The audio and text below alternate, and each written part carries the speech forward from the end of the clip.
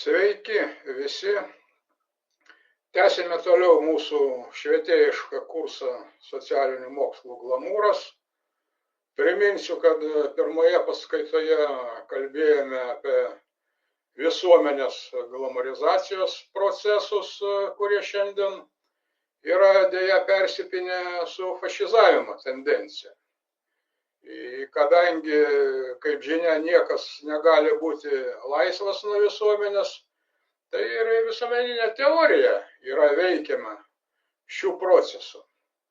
Taigi, antra laida taip ir vadinasi – globalinė krizė ir visuomeninė teorija.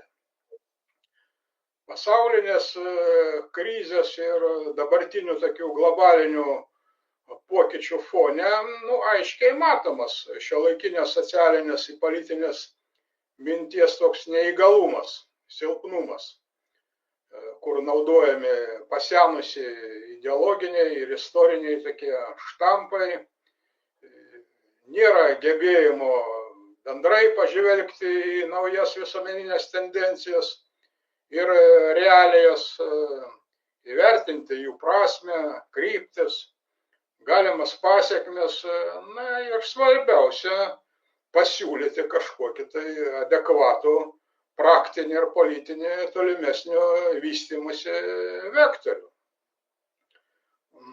Akivaizdu, kad šiandien mes žengiame į naują tokią kitokią, visiškai labai pavojingą gyvenimo epochą, galima sakyti, etapą, kuriame reikia ne tik politinės valios, kad išvengti visiškai neigiamų pasekmių, bet ir proto ir logikos.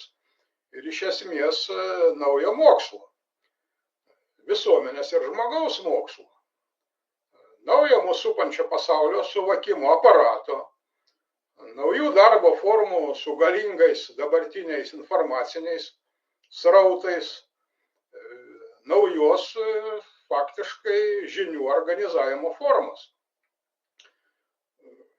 Kaip žinia, pažinimo instrumentas turi būti adekvatus pažinimo objektui. O šiandien šis objektas tai tikriausiai giliausia per visą žmonijos istoriją globalinė krizė. Šios globalinės krizės esmė tai tarptautinių santykių sistemos stabilumo praradimas, kuris inspiruoja iš esmės pasaulio žlugimo grėsmė, jo visišką susinaikinimą. Ir pagrindinės šios krizės bruožai yra keli.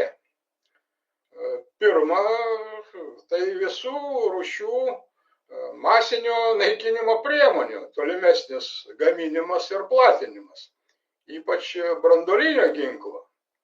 Sėdim faktiškai ant parako bačkos ir dabar prasideda ir Europoje, ir visame pasaulyje naujas toks ginklavimosi etapas, visuotinio ginklavimosi.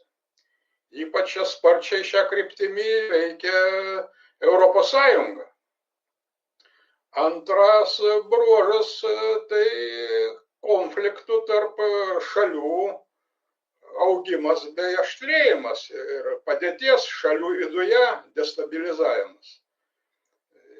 Jį pirmiausia lemia nepasitenkinimas socialiniu neteisingumu bei kultūriniai tokie religiniai, vertybiniai prieštaravimai, kurie paaštrina integracijos ir globalizacijos dar procesai. Trečias bruožas tai toks tarptautinis terorizmas ir išvis teroro įvairūs aktai, kurių mastas viršija viską, kas nutiko ankstesnėje žmonijos istorijoje. Kai kyla grėsmė, kad teroristai įsigys tos pačius masinio naikinimo ginklus arba įvykdys kokį nors teroristinį išpuolį naudodami įprastus ginklus tokiuose objektuose, kaip pavyzdžiui kokia nors atominė elektrinė ar dar kas nors. Ketvirtas bruožas tai ekologijos naikinimas. Pagal įvairius parametrus, su neprognozuojamų stichinių nelaimių galimybė. Tų stichinių nelaimių vis daugėja. Ir žemės drebėjimai, ir visokie taifūnai, ir panašiai vis dažniau atsitinka. Ir tai pastebimas dalykas. Penktas bruožas tai technologinės įvairios katastrofos, kurios ilgainiui savo mastu gali būti panašios ir į branduolinio karo ar stichinių nelaimių padarinius. Šeštas tai cikliškos tokios ekonominės, lokalinės ir pasaulinės krizės, kurios gali, žinoma, išprovokuoti chaosą, neramumus, tolesnę plėtrą pagal vieną iš ankstesnių scenarijų. Ir vyksta nuolatiniai tokie prekybiniai, ekonominiai karai, kurie tai paaštrėja, tai biški, taip sakant, tampa nusaikesni, bet jie nuolat vyksta. Na ir septintas bruožas toks spartus ir vis spartesnis socialinės realybės, kurioje mes gyvename, pasikeitimai spartesni. Pastaraisiais dešimtmečiais pokyčių tempas išaugo, į toliau auga taip sparčiai, kad kyla abejonių dėl žmogaus ir tradicinių valstybinių institucijų prisitaikymo prie to spartų pasikeitimų.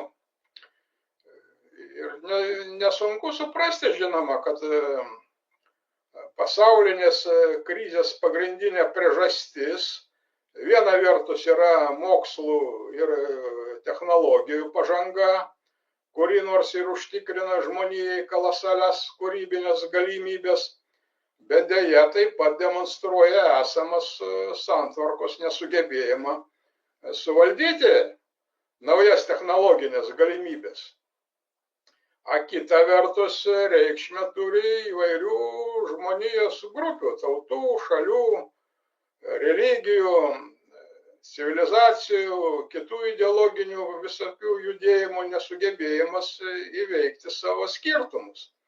Ir rasti bendrą kalbą tarpusavėje bei susitarti dėl esminių bendrojo išgyvenimo sąlygų. Vienu žodžiu, giluminės dabartinės krizės, globalinės krizės priežastis yra santvarkinės ir civilizacinės. Dauguma problemų šioje vietoje yra tokio socialinio, humanitarinio arba mišraus socialinio, humanitarinio, techninio pobūdžio. Ir siūlyti jų sprendimus privalo pirmiausia socialiniai mokslai. Nes per visą istoriją mokslas ir sukurdavo naujas problemas, bet tuo pačiu anksčiau ar vėliau pasiūlydavo jų sprendimo būdus. Taip ir vyksta tas istorinis vystymasis. Deja, šiuolaikiniai socialiniai mokslai irgi išgyvena rimtą tokią krizę. Pastaraisiais dešimtmečiais vyravosi tokia liberalioji mokslinė paradigma, kuri pasižymėjo politiniais, finansiniais, informaciniais bei kitokiais kitaminčių suvaržymais, faktiškai atvedė visuomenės teoriją į savotiškas tokias minties kapines. Ant kitokios minties iš tikrųjų buvo uždėtos rankinės. Visuomeninė teorija šiandien charakterizuoja vėlgi keli tokie aspektai. Pirmiausia, tai pažintinis apribojimas. Informacijos kiekio augimas mažina mokslo žinių aiškinamąją, argumentacinę bei prognostinę galią.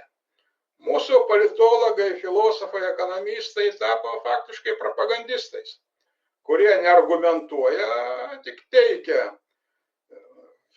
pasirinktą informaciją, dažnai net feikinę, pritemdami faktus prie jau iš anksto suformuluotų ideologinių išvadų. Praktiškai dabar egzistuojantį socialinį mokslą galima vadinti feikiniu mokslu. Netgi tarti žodį tiesa ar tiesos ieškojimas humanitariniuose ir socialiniuose moksluose tampa nepadoru. Net ir terminas mokslas jau diskredituotas ir pašaipomas, ypač po pandemijos, kur, taip sakant, jis dar daugiau buvo diskredituotas. Na, prie to ženklai prisidėjo į patys kai kurie mūsų dabartiniai mokslininkai.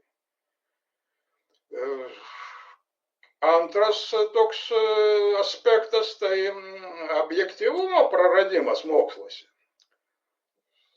Socialiniai mokslai vykdo faktiškai dabar politinius užsakymus. Ne tik valstybinius, bet ir privačių asmenų ar grupių. Kas komentuoja mūsų ekonominę situaciją? Įvairiausių bankų ekonomistai. Bankai tai žinoma suinteresuoti, kad tie komentarai būtų atitinkama linkme daromi.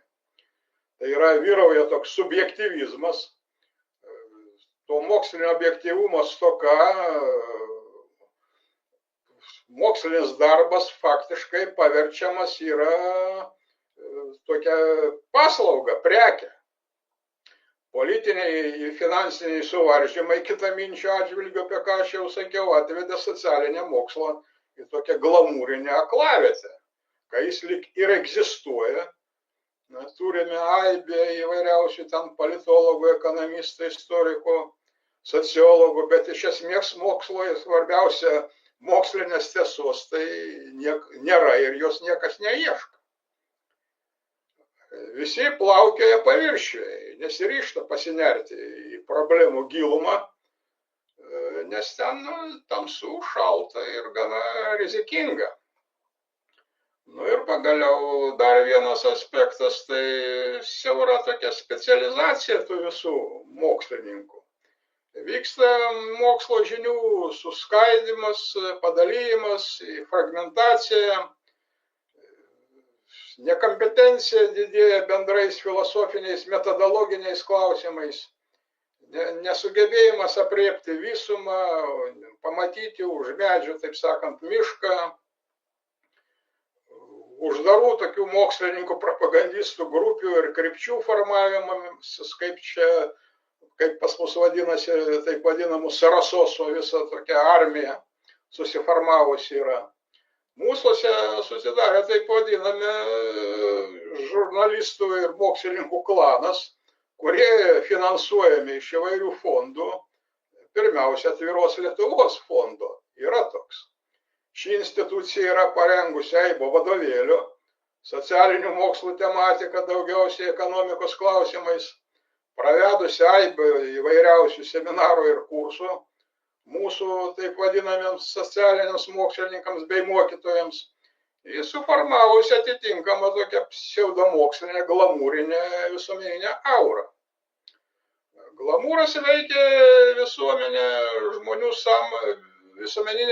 sąmonę, išstumdamas iš jos realios gyvenimiškos patirties suformuotą pasaulį, pakeisdamas jį dirbtinai sufabrikuotais tokiais simuliakrais, tai yra įvairiais vaizdiniais, arba, kaip teigia postmodernistiniai filosofai, kopijų kopijomis.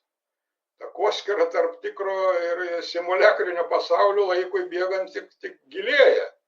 Pastarasis vis sparčiau tampa daug įdomesnis, turingesnis ir gražesnis nei realusis pasaulis. Vis dažniau jie net susikeičia vietomis. Žinomas posakis, kad kopija visada blogiau nei originalas, dabar jau beviltiškai paseno.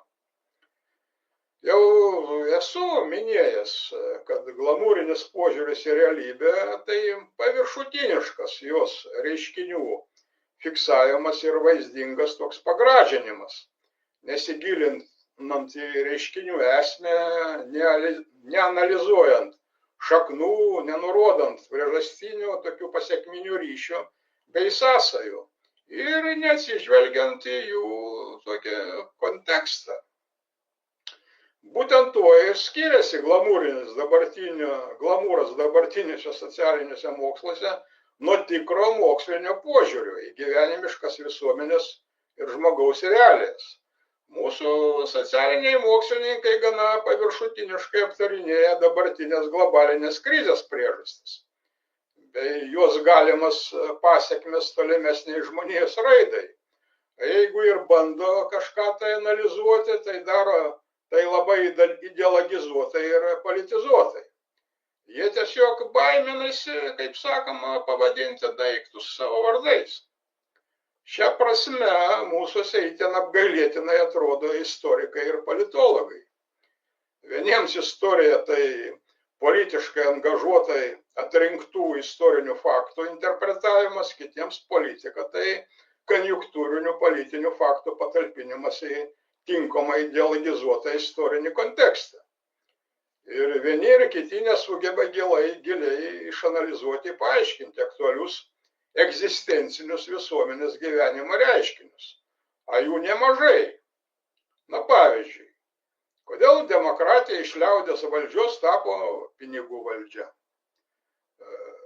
Kaip atsitiko, kad rinka tampa ne tik ekonominė, bet vis daugiau ir dvasinė būsena? Kokiais būdais įvyko perėjimas nuo privačios nuosavybės su valstybinimu į valstybės privatų nusisavinimą? Kaip susijęti piniginės civilizacijos įsitvirtinimo ir žmogaus nužmogėjimo procesai? Ar įmanoma iš esmės išspręsti ekologinės dabarties problemas rinkos mechanizmų pagalba? Kodėl pasirinkimo laisvė tapo rinkimų nelaisvė, kur neįmanoma pasirinkti tarp alternatyvų kažkokių? Kokios pasaulio virtualizavimo pasekmės? Kaip istoriškai, politologiškai galima paaiškinti tai, kad mažuma pradeda diktuoti savo taisyklės ir savo valią daugumai? Ir taip toliau. Kur iš viso dingo objektyvūs socialiniai moksliniai tyrinėjimai šiais ir kitais klausimais? Tik tokie tyrimai gali suteikti adekvačių žinių apie mūsų supantį pasaulį. Nežinių ar ir nežinių klausimas šiandien yra visuomenės valdymo reikalas. Deja, pati visuomenė tampa vis bukesnė. Pastebimai smunka specialistų kvalifikacija svarbiausiose visuomeninio gyvenimo sferose. Pirmiausia, žinoma, krenta į akis sumenkęs politinių lyderių, taip sakant, mastas. Užtenka tik palyginti didžiojo trejetuko veikėjus, ten Rooseveltą, Churchillį ir Staliną su dabartiniais kokiais nors Makronais ir viskas tampa aišku. Švietimo sistemoje vis mažiau elementaraus raštingumo, sveikatos apsaugos sistemoje vis daugiau grubių tokių medicininių klaidų, teisėsauga mūsų persunkta teisminiais apeliaciniais procesais, viena ir ta pati byla skirtingai vertinama įvairių instancijų teismuose, prokuratūra politizuojama, pačioje politikoje vyrauja voluntarizmas ir tiesiog atviras toks politikavimas. Tai ne paskutinė vietoje socialinių mokslų degradacijos pasekmė.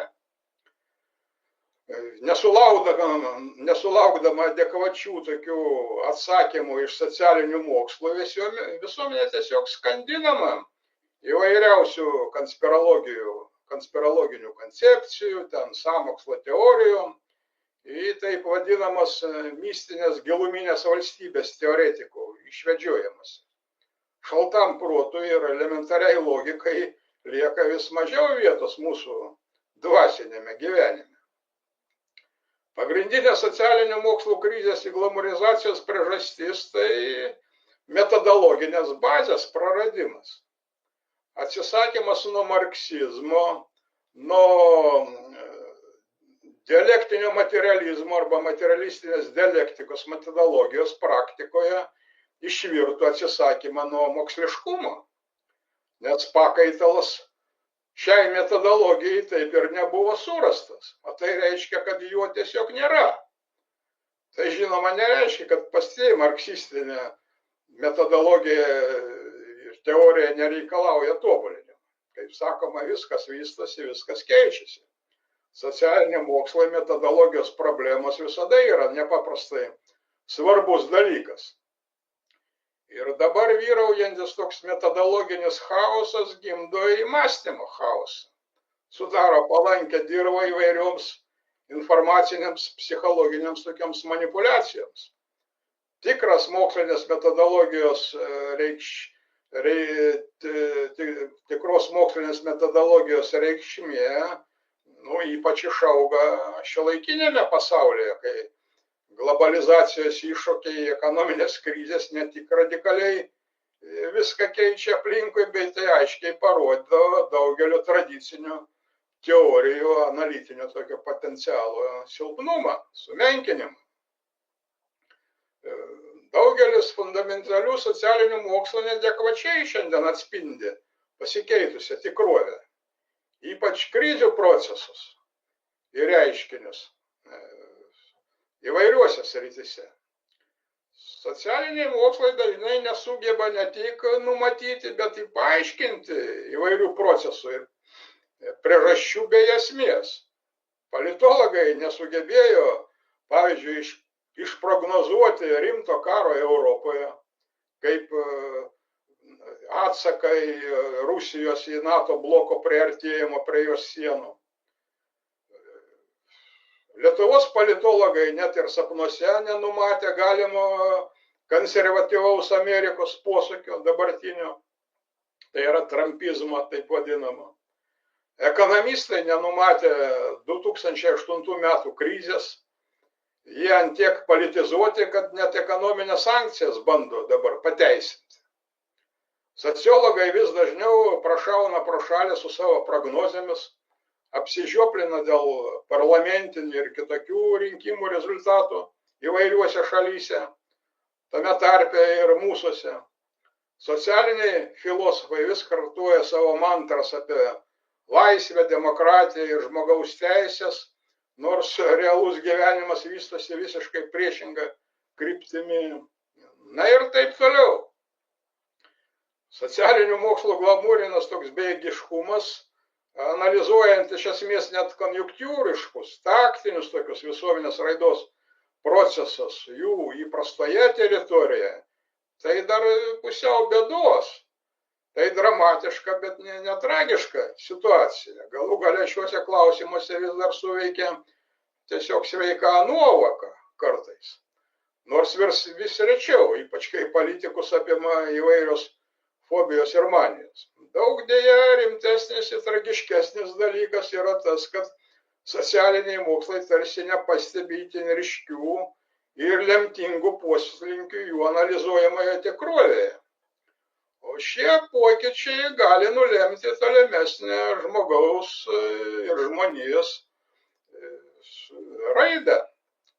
Kita vertus, jie reikalauja rimtos pačios socialinės mokslinės, reiškiasi ir tame tarpe marksistinės metodologijos ir teorijos korekcijos. Korekcijos pačiame fundamentaliausiame būties lygmenyje. Reikalas tas, kad tikrovės pasikeitimas reiškia, kad joje kartu su tradiciniais dvejais jos objektais, tai yra materija ir sąmonė, objektyvė ir subjektyvė tikrovės, be jų sąveikos procesais atsiranda ir trečioji tikrovė, virtualybė kaip tikrovė, kuri kaip ypatinga tikrovės rūšis turi tam tikras egzistencinės savybės ir parametrus. Diktuoja ypatingas elgesio, bendravimo, veiklos formas ir galiausiai turi atvirkštinį poveikį žmogui ir gamtai. Tai visai pagrįstai sukelia poreikį ieškoti naujo filosofinio tokio pagrindimo šiuolaikiniams trijų tikrovės tipų vienybės procesams. Taigi vietoje klasikinio filosofijos klausimo, kokia tikrovė pirminė, kokia antrinė, dabar iškyla šių trijų tikrovių hierarchijos klausimas, hierarchijos problema. Ir šioje vietoje sugrįžtame savotiškai prie hegeliško triadiškumo. Materija, sąmonė pagimda trečią, taip sakant, objektą, virtualų pasaulį. Toliau tas vaikas iš pradžių prižiūrimas, taip sakant, tėvų augs, vystysis savarankiškai su dirbtinio intelekto pagalba. į kur tas vystymasis nuves, į koks likimas laukia tų, taip pat sakoma, tėvų, materijos ir sąmonės nežinia. Ir šią nežinią norom nenorom veikia į politiką, ir ekonomiką, ir kultūrą. Štai kur dabar turėtų koncentruotis socialinių mokslų problematika. Tai būtų žinoma tikra tokia revoliucija socialinių mokslų srityje, kuri prilygtų Koperniko, Markso ir Freido tokiam paradigminiams perversmams. Bet deja, tradicinė paviršutiniška problematika dominuoja socialinių mokslų turinyje, paverčiant juos iš esmės tokiais glamūriniais užsiėmimais. Globalinės pasaulinės sistemos krizė, tai žinoma kartu ir ekonominė, ir finansinė, politinė, teisinė bei pasaulėžiūrinė krizė. Pirmiausia, tai būtent tradicinio tokio mąstymo krizė, reikalaujanti revoliucinio masto perversmo žmonijos ideologijoje bei pasaulėžiūroje. Rusijos mokslininkas Vernackis dar prieš 100 metų numatė tokią pasaulėžiūrinę perversmo būtinybę. Naujai globaliniai realybei, į kurią įžengė žmonija, suvokti, teigia, jis reikalingas tokio kosminio masto ir turinio mąstymas, kurį jis vadina noosferiniu mąstymu. Deja, tokiam pasaulėžiūriniam perversmui mūsų socialiniai mokslai nesugeba parengti atitinkamą dirvą, kadangi tapo dabartinės politikos ir geopolitinių realijų, geopolitinės kovos įkaitais į tarnais. Taigi tiek šiam kartui. Sėkmės visiems.